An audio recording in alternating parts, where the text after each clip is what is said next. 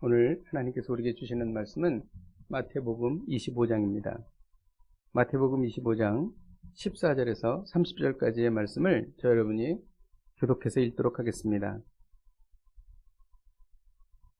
또 어떤 사람이 타국에 갈 때 그 종들을 불러 자기 소유를 맡김과 같으니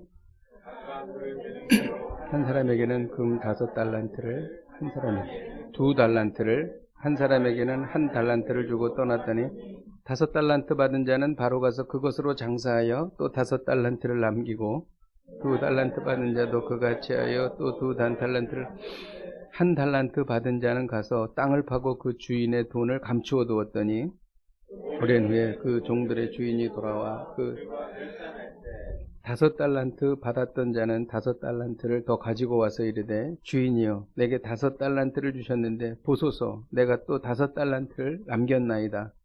그 주인이 잘하였다.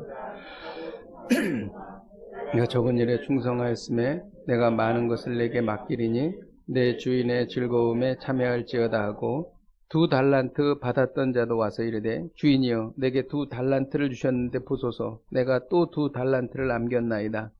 그 주인이 이르되 잘하였도다. 착하고 충성된 종아 내가 적은 일에 충성하였음에 내가 많은 것을 내게 맡기리니 내 주인의 즐거움에 참여할지어다 하고 1달란트 받았던 자는 와서 이르되 주인이여 당신은 굳은 사람이라 심지 않은 데서 거두고 해치지 않은 데서 모으는 줄을 내가 알았으므로 나가서 당신의 달란트를 땅에 감추어 두었나이다. 보소서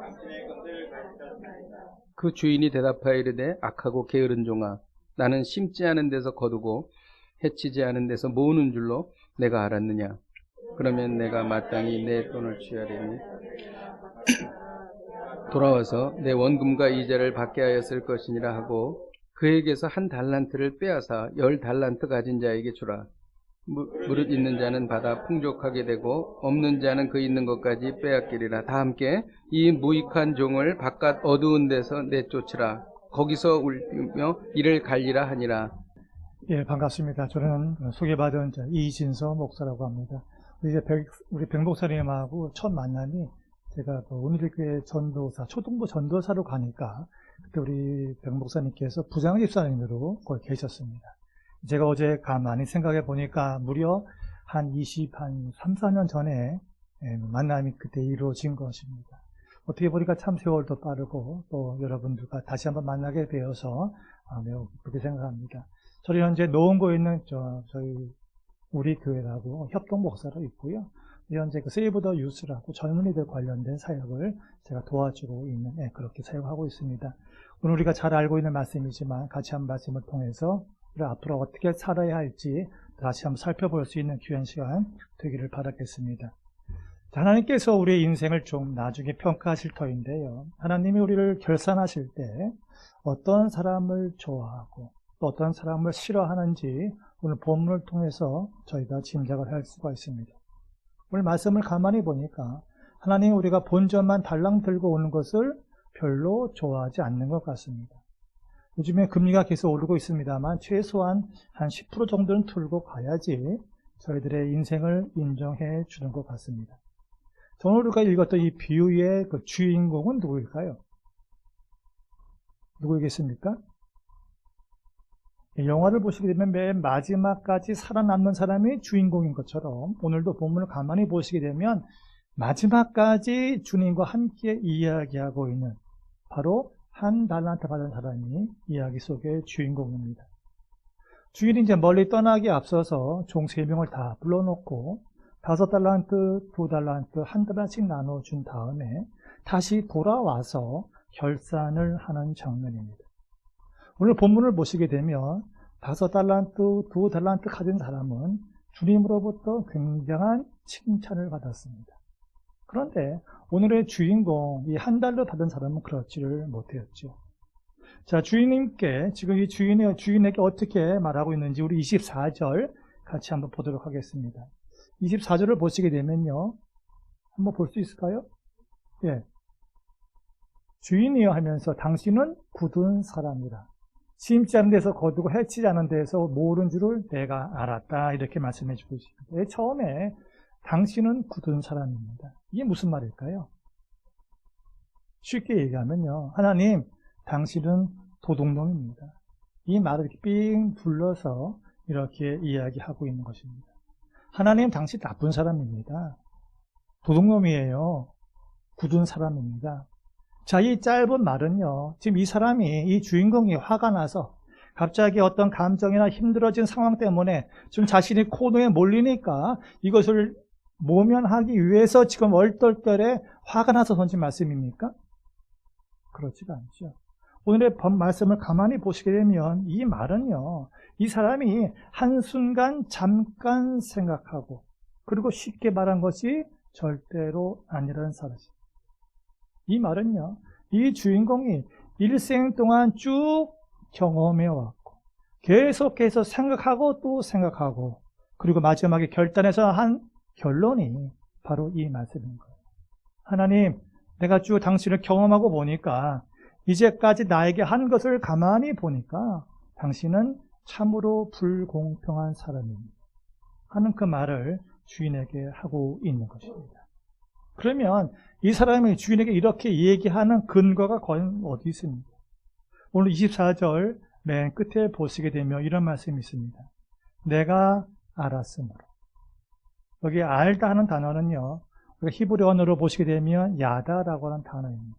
이 야다, 알다라고 하는 이 뜻은 단순하게 지식으로 알고 정보로 아는 그런 알을 얘기하는 것이 아니라 마치 결혼한 부부가 이제 살아가면서 오랜 시간을 거쳐가면서 서로에게 성격과 마음의 그 세밀한 부분까지 미묘한 그 부분까지 더욱더 오랜 시간을 통해서 알아가는 그 알을 얘기하고 있는 거예요.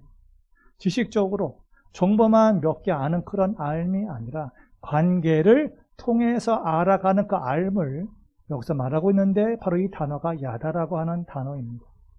예를 들어서요, 요즘에 그 윤 대통령의 그 이야기가 항상 맨 앞에 나오죠. 쭉 보시게 되면 지지율이 굉장히 잘 안 올라가고 있습니다. 근데 우리가 대한민국 국민이라고 한다면 윤 대통령의 이름 다 알고 그 사람이 과거에 어떤 일을 했는지 다 알고 있죠. 그리고 재산 정도가 얼만큼인지 알고 있고 무엇을 좋아하는지 또 그 부인까지 우리 대략 다 알고 있습니다.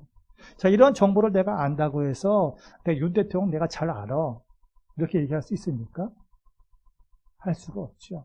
보통 내가 안다라고 하는 것은 같이 밥도 먹고 이야기도 하고 취미생활도 하고 운동도 하고 여행도 같이 가고 때로는 잠도 같이 잘 수 있는 그런 관계가 될 때 내가 그 사람을 안다라고 이야기하는 것입니다. 그래서 24절 맨 끝에 내가 알았다, 알았음으로 하는 이 말은요, 지금 욱해서 어떤 감정이 솟아올라와서 한순간 생각하고 잠깐 얘기한 것이 아니라 자신의 생애를 돌이켜 보니까 내가 경험한 것을 쭉 뒤새겨 보니까 또 생각하고 또 묵상해 보니까 그리고 내린 결론에 최종적인 결론의 말씀이 바로 오늘의 본문의 말씀. 당신은 나쁜 사람입니다. 내가 보기에 참으로 당신은 불공평한 사람입니다. 하는 결론을 내리게 된 것입니다. 그러면 이 오늘의 주인공은 왜 하나님은 이렇게 불공평한 분이다라고 결론을 내렸을까요? 감으로 내렸습니까? 그게 아니죠. 오늘 본문을 보시게 되면 그 근거가 나와 있습니다.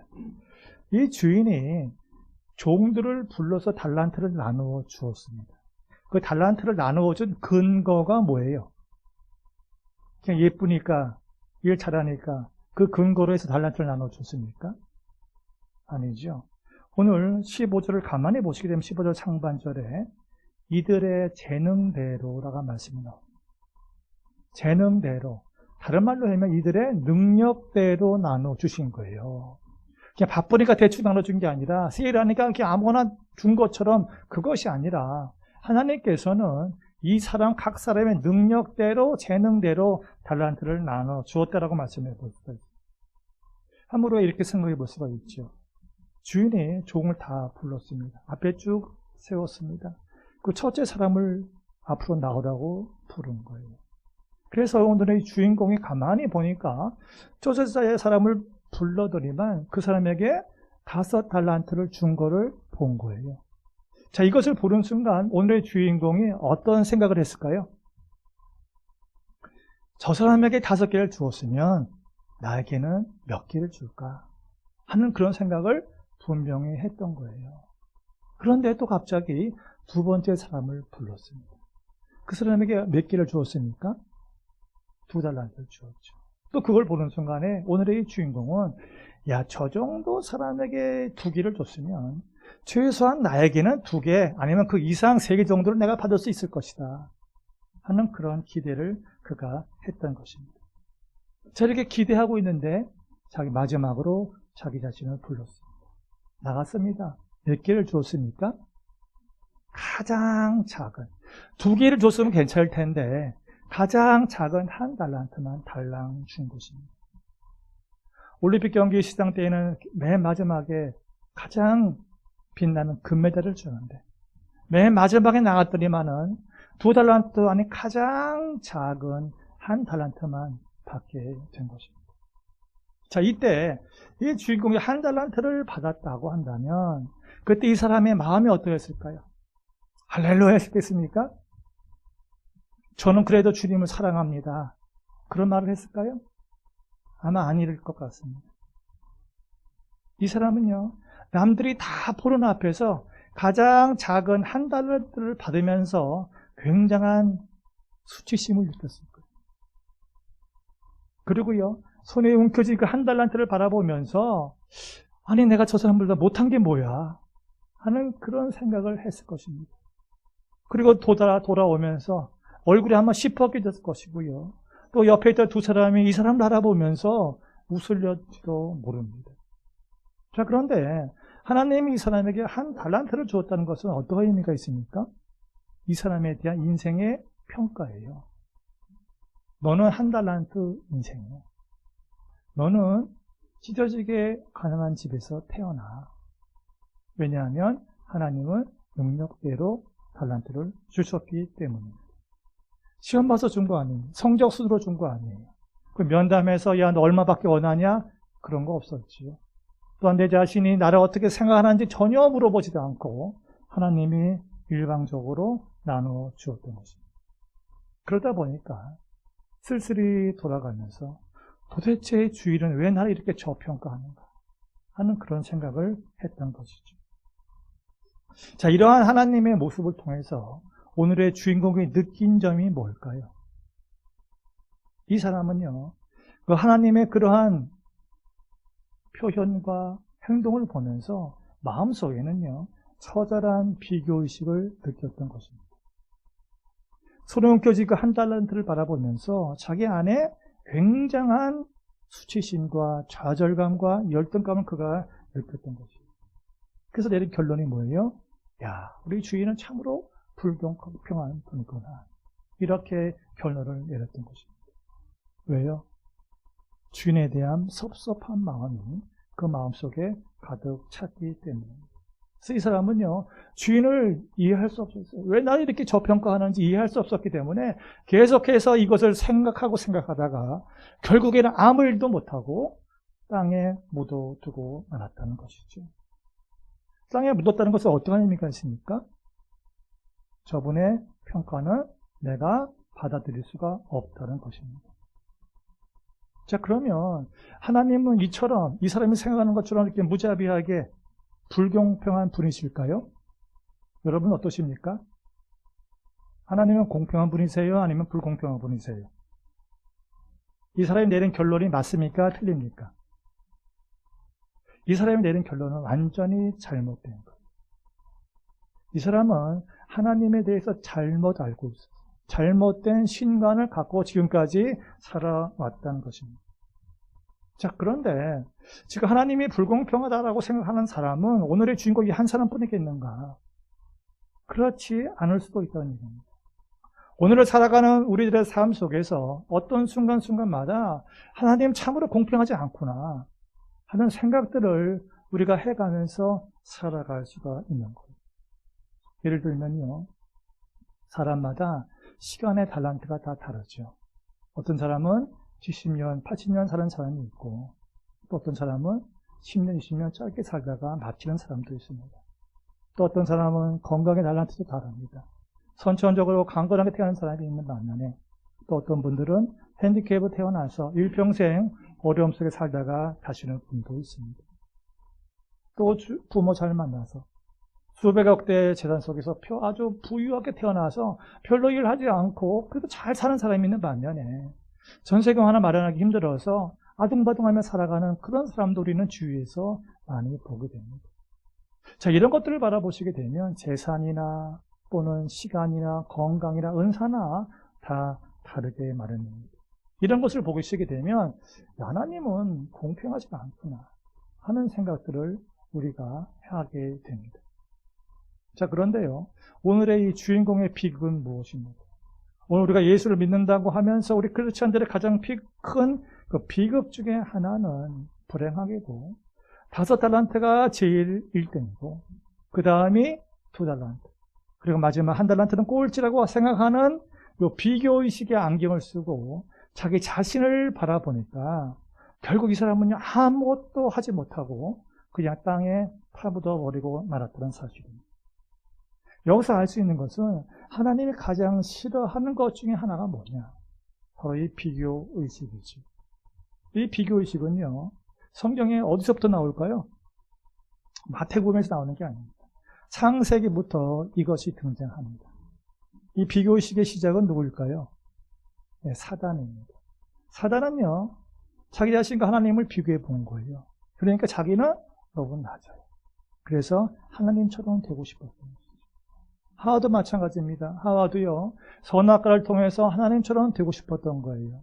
가인도 동생과 자신을 비교했습니다. 하나님의 제사를 드리게 되면 동생 거는 받아주는 자기 거를 계속 거절하시는 겁니다.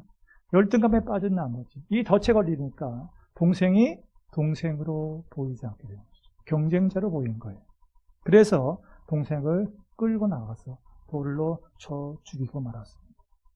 자, 이 비교의식 속에는요, 항상 두 가지가 같이 가는 거예요. 열등감과 우월감이 항상 동전의 앞면, 뒷면처럼 존재합니다. 열등감의 절정이 뭘까요? 열등감의 절정은 자살입니다. 그리고 우월감의 극치는 뭘까요? 반대로 타살인 거예요. 나보다 더 잘난 사람을 내가 볼 수가 없는 겁니다. 이 두 가지를 항상 같이 가고 있어요. 제가 이제 옛날에 초등부 사역할 때 가만히 보시게 되면 그때 애들이 다 사춘기였으니까 그때 유행했던 병이 우리가 잘 알고 있는 그 왕자병, 공주병이라는 거 있었습니다. 근데 지금 이런 병이 있을까요? 없을까요? 지금 이런 병이 없습니다. 지금 연예계에서도 이런 말 하는 거 보시게 되면 다 옛날 얘기할 때 이랬다 하는 그런 병 이름이 있는데 이게 왕자병입니다. 공주병. 자, 이런 병의 증상이 뭘까요? 이 병에 걸리게 되면 항상 내가 주목을 받아야 되는 거예요. 그래야 내가 마음속에 안정감을 누리게 되어 있어요. 어딜 가든지 스포트라이트를 받아야지만 자기가 편안한 거예요. 그래서 이런 사람들이 결혼식에 가게 되면 가장 앉고 싶어하는 자리가 있습니다. 어떤 자리일까요? 신부의 자리죠. 또 이런 사람이 장례식 갑니다. 그럼 뭐가 되고 싶은 거예요? 시체가 되고 싶은 거예요. 왜냐하면 그래야지 자기가 관심을 받기 때문이죠. 또 이런 사람들이 아침마다 거울 보면서 노래하는 가사가 있습니다. 여러분 다 아실 거예요. 그 가사는 바로 거울아 거울아 세상에서 누가 제일 예쁘니 이거죠. 그래서 살다가 이런 덫에 걸리게 되면요, 남편이고 친구고 친척이고요, 아무도 보이지 않습니다. 다 경쟁자로 보이는 거예요. 그래서 예수를 믿음에도 불구하고 이러한 의식을 갖고 산다면, 지금 이러한 의식을 갖고 있는 이 주인공에게 주님께서 어떻게 평가하고 계십니까? 오늘 26절 보시게 되면 이렇게 말씀하고 있습니다. 악하고 게으른 종아. 이런 비교의식을 갖고 살아가는 사람에게 주님께서 하시는 말씀이 처음에 게으른 종아 하게 되면 우리가 이해를 해요. 왜냐하면 이 사람은 남들 다 일할 때 아무것도 안 했으니까. 그런데 그 앞에 악하다는 말씀을 먼저 하고 있습니다. 왜 여기서 이 사람을 향해 악하다고 말씀하실까요? 여기서 악함이라고 하는 것은요, 이 사람이 지금 도덕적으로 윤리적으로 어떠한 잘못한 행동을 해서가 아닙니다. 사회적인 지탄을 받을 행동을 해서 지금 악하다 이렇게 얘기하고 있는 게 아니에요. 성경에서 선악의 개념은요, 행위의 개념이 아닙니다. 여기서 악하다 하는 그 말은 관계에서의 악함을 주님이 지적하고 있는 거예요. 자, 우리 시편 133편 한번 보겠습니다. 우리 한번 볼까요? 시편 133편 1절을 보시게 되면 이런 말씀이 있습니다. 자, 형제가 연합하여 동감이 어찌 그리 선하고 아름다워. 여기 선이 나오죠. 이 선의 의미는 뭘까요? 야, 형제가 하숙방에서 같이 동거하면 그게 선한 것입니까? 그게 아니죠. 여기서 선함이라고 하는 것은 관계의 선함을 말씀해 주고 있는 거예요. 내가요, 옆 사람에 대해서 아무리 잘하고 서비스 봉사 잘한다 할지라도 하나님과의 관계가 잘못되면 주님께서는 어떻게 말씀하십니까? 악하다 라고 말씀을 하고 있는 것입니다. 예를 들어서 집에 외아들이 하나 있습니다. 근데 이 아들은요, 밖에 나가면 엄청나게 잘해요. 이웃집 할아버지 할머니 그리고 옆집에 있는 아줌마 아저씨에게 온갖 봉사를 다 하고 날마다 칭찬을 받습니다. 그런데 이 아들이 집에만 들어오면 어떻게 합니까? 확 바뀌는 거예요. 부모 멸시하고 아는 척도 안 하고 부모에게 부모 대접도 하지 않습니다. 그럼 이 아들은 어떤 아들일까요? 악한 아들입니다. 자식임에도 불구하고 부모를 부모로 여기지 않는 사람은 우리가 악하다라고 이야기하고 있는 것이죠. 마찬가지로요. 하나님이 자기 자신을 창조했음에도 불구하고 하나님을 알려고 하지도 않아요. 관심도 없습니다. 인정도 안 해요. 주인으로 여기지도 않는다라고 한다면 하나님은 그 사람을 향해서 악하다라고 말씀을 하고 있는 것입니다. 즉, 이 3달란트 받은 이 주인공은요, 하나님과의 관계를 먼저 끊었기 때문에 지금 악하다라고 하는 그런 징책을 받고 있는 것입니다. 자, 그렇다면 하나님은 이 사람의 생각은 그렇게 불공평한 분이신가? 자, 우리가 21절 보시게 되면요, 21절과 23절을 비교해 보시게 되면 21절은 5달란트 받은 사람에 대한 주님의 대답이고 23절은요, 2달란트를 남긴 사람에 대한 주님의 대답입니다. 이 두 사람의 대답을요, 비교해 보시게 되면 주인께서, 하나님께서요, 5달란트가 더 크니까 더 칭찬하고 2달란트를 가진 사람을 덜 칭찬하는 게 아니에요. 비교해 보시면 글자 하나 틀리지 않습니다. 똑같다는 말씀이죠. 그럼 이것은 무엇을 의미하고 있습니까? 하나님은 우리를 비교해서 보지 않으신다는 얘기예요. 하나님의 계산법은, 하늘의 계산 법칙은 우리와 다르다는 사실을 여기서 보여주고 있습니다. 하나님은요, 한 사람의 인생을 평가하실 때 결과만으로 보지 않습니다. 하나님은 결과보다 더 보시는 게 있죠. 무엇일까요? 하나님은 과정을 더 중요시 여기는 거예요. 그러나 세상은 결과만 보고 평가합니다. 외형만 보고 평가하고 화려함으로 평가합니다. 그래서 5달란트는 더 귀하고 그리고 2달란트는 둘째고 마지막 1달란트는 꼴찌라고 하는 요 같은 생각, 완전히 잘못된 것입니다. 하나님은 이 같은 평가로 우리를 절대로 평가하지 않습니다. 하나님은 비교해서 차등해서 우리를 보지 않는다는 사실을 기억을 하셔야 됩니다. 그러면 하나님 우리를 어떻게 평가하실까요? 우리가 고린도전서 3장 우리 12절부터 15절까지 한번 보도록 하겠습니다. 거기 보시게 되면 하나님의 평가 방식이 나와 있습니다. 우리 같이 한번 읽어보도록 하겠습니다. 시작. 만일 누구든지 금이나 은이나 보석이나 나무나 풀이나 지푸러 그 터 위에 세우면 각 사람의 공적이 나타날 터인데 그날의 공적을 밝히리니 이는 불로 나타내고 그 불이 각 사람의 공적이 어떠한 것을 시험할 것입니다. 만일 누구든지 그 위에 세운 공적이 그대로 있으면 상을 받고 누구든지 그 공적이 불타면 해를 받으리니 그러나 자신은 구원을 받되 불 가운데서 받을 것 같으니라. 아멘. 오늘 본문을 보시게 되면요, 하나님이 마지막 우리의 공력을 뭘로 심판하신다고요? 불로 심판하신다라고 나와 있어요.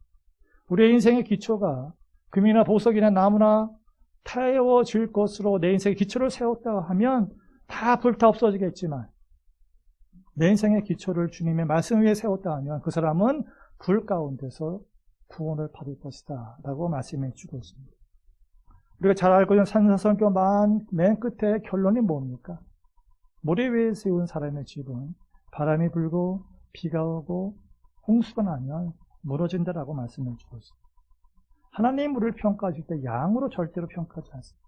하나님은 질로서 평가하시는 분이시다는 사실을 우리가 아셔야 됩니다. 어떤 사람은요, 이 땅에 태어나서 열심히 살지만, 최선을 다했지만 벽돌 한 장 올리고 세상 떠날 수가 있습니다. 또 어떤 사람은요, 환경이 좋아서 부모 잘 만나서 100층짜리 건물 하나 세우고 갈 수가 있어요. 세상은 더 누구를 좋아합니까? 후자를 더 훨씬 좋아하겠죠. 그러나 하나님은 양으로 평가하지 않고 외형으로 화려함으로 절대로 평가하지 않는다는 사실. 비록 내가 가진 것이 별로 없고 많이 배우지 못했고 그리고 내가 큰 일은 하지 못했지만 내 인생의 기초를 말씀에 세웠고 그리고 내가 진실되게 살았다고 한다면 하나님은 그 사람을 더 귀히 여기시는 것입니다. 우리가 알고 있는 그 십자가상에서 구원받은 강도를 한번 보십시오. 그 강도의 달란트가 얼마나 될까요? 아마 0.5도 안 될 겁니다.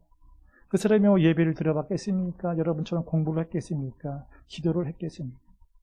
근데 그 사람은요, 마지막 고백 그 한마디를 통해서 낙원에 갔던 것입니다. 무엇을 얘기해주고 있습니까? 하나님의 계산법은 세상과 다르구나 하는 것을 거기서 또 보여주고 있습니다. 목회도 마찬가지입니다. 대형교회하고 삼각교회 어떻게 비교하겠습니까? 사람이 많이 모이면 좋은 교회, 사람이 적으면 별로다. 누가 이렇게 얘기할 수 있겠습니까?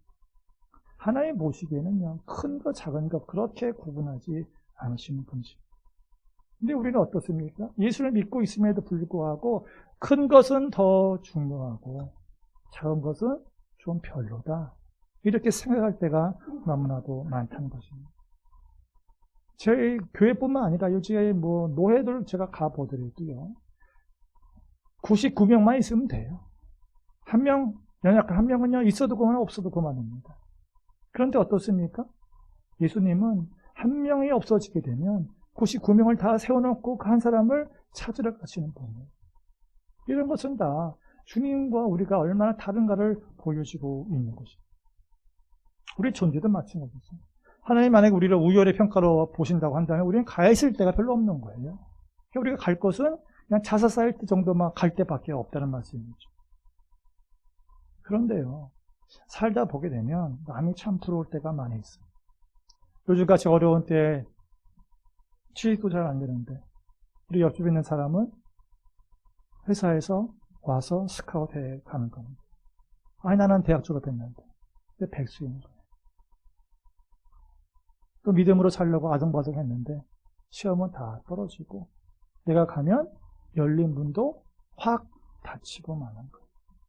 그런데 믿지 않는 사람을 보니까 환경이 좋았다 보니까 뭐 별로 일하지 않아도 저보다 훨씬 더 잘 사는 그런 사람들을 보는 것이 오늘날 우리들의 현실이죠. 제가요, 이제 고등학생들을 가만히 봅니다. 고등학생 되면, 특별히 고3이 되면 거의 교회를 나올까 안 나올까요? 거의 안 나오죠. 학원 가야 되니까. 대학에 있다고 입시가 있다 보니까 거의 나오지 않습니다. 그런데 그 개중에도요, 고3임에도 불구하고 주일날 꼬박꼬박 교회 나오고 열심히 기도하면서 하려고 하는 그런 학생들이 눈에 띕니다.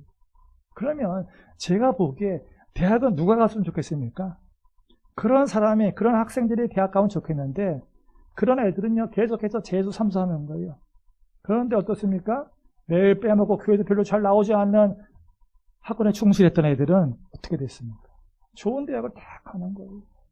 저 이런 걸 바라보면서 도대체 하나님의 공평하심이 뭔가, 예수 믿는 게 뭔가 하는 그런 생각을 하게 되는 거예요.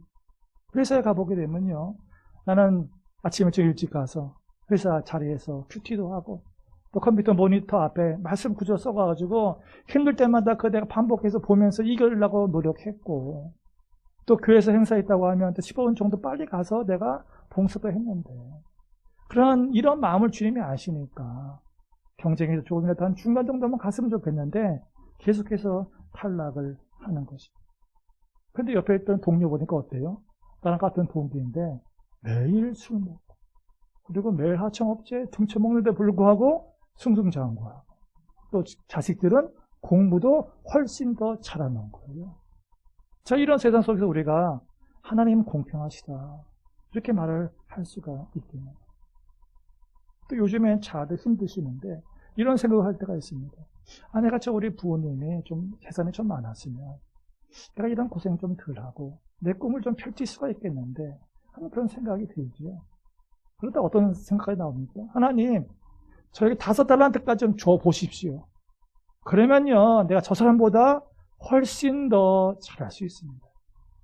그런 생각이 드는 것이 바로 우리들의 현실입니다.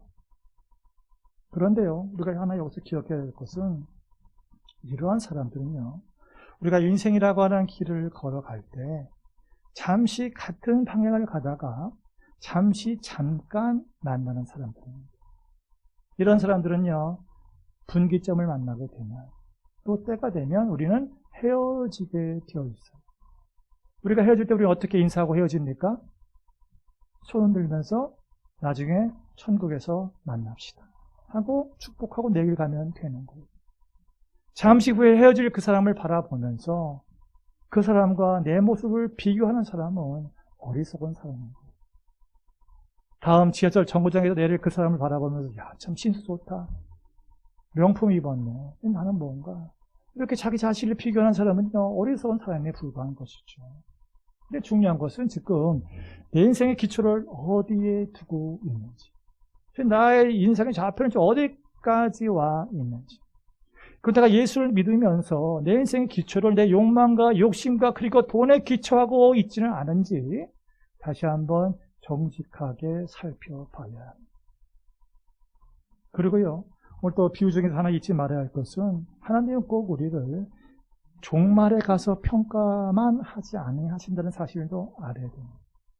때로는요, 우리의 삶의 중간 결산을 하게 하실 때가 있어요.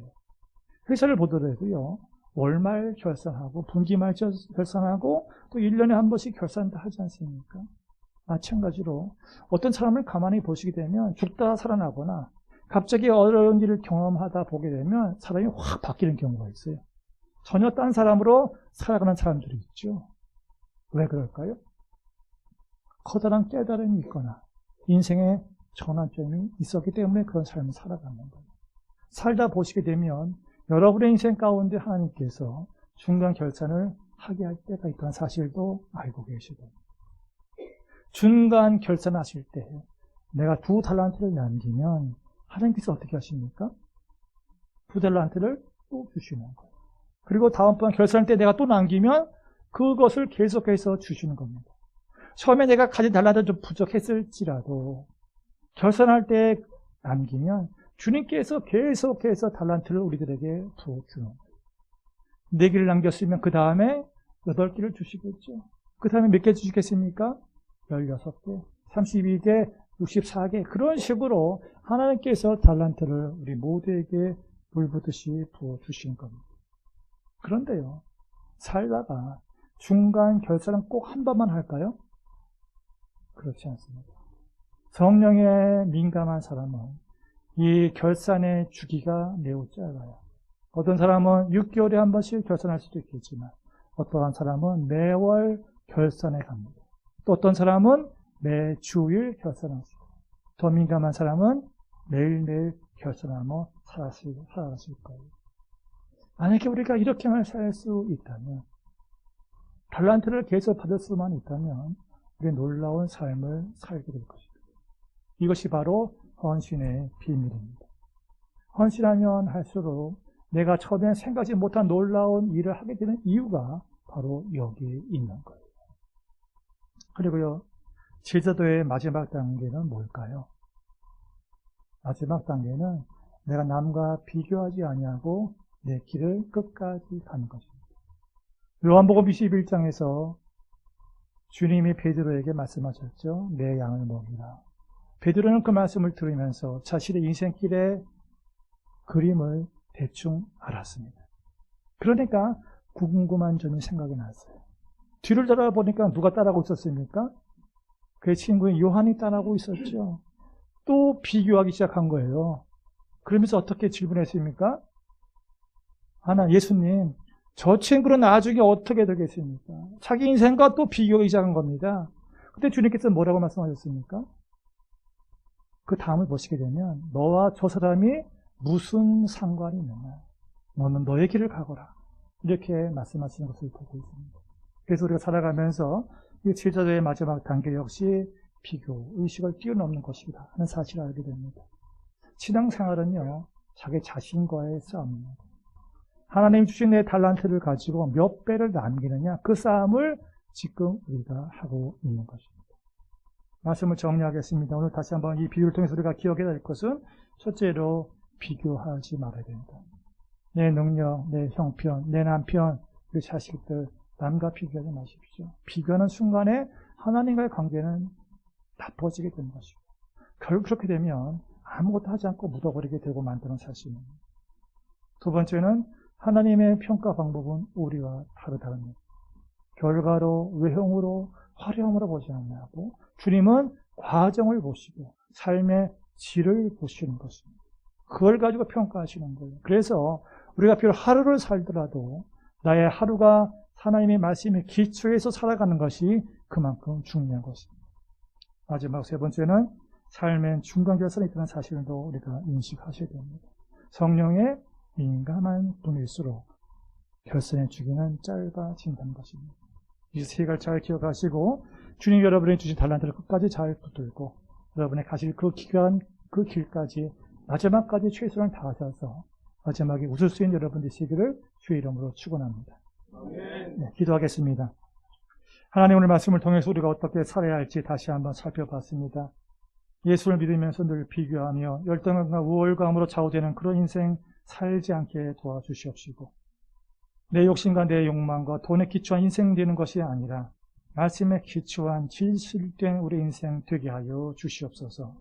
또한 성령에 민감한 사람 되게 하셔서 비교하지 않고 주신 달란트를 꽉 붙들고 끝까지 주어진 길을 갈 수 있는 믿음의 우리가 될 수 있도록 붙잡아 주시옵소서.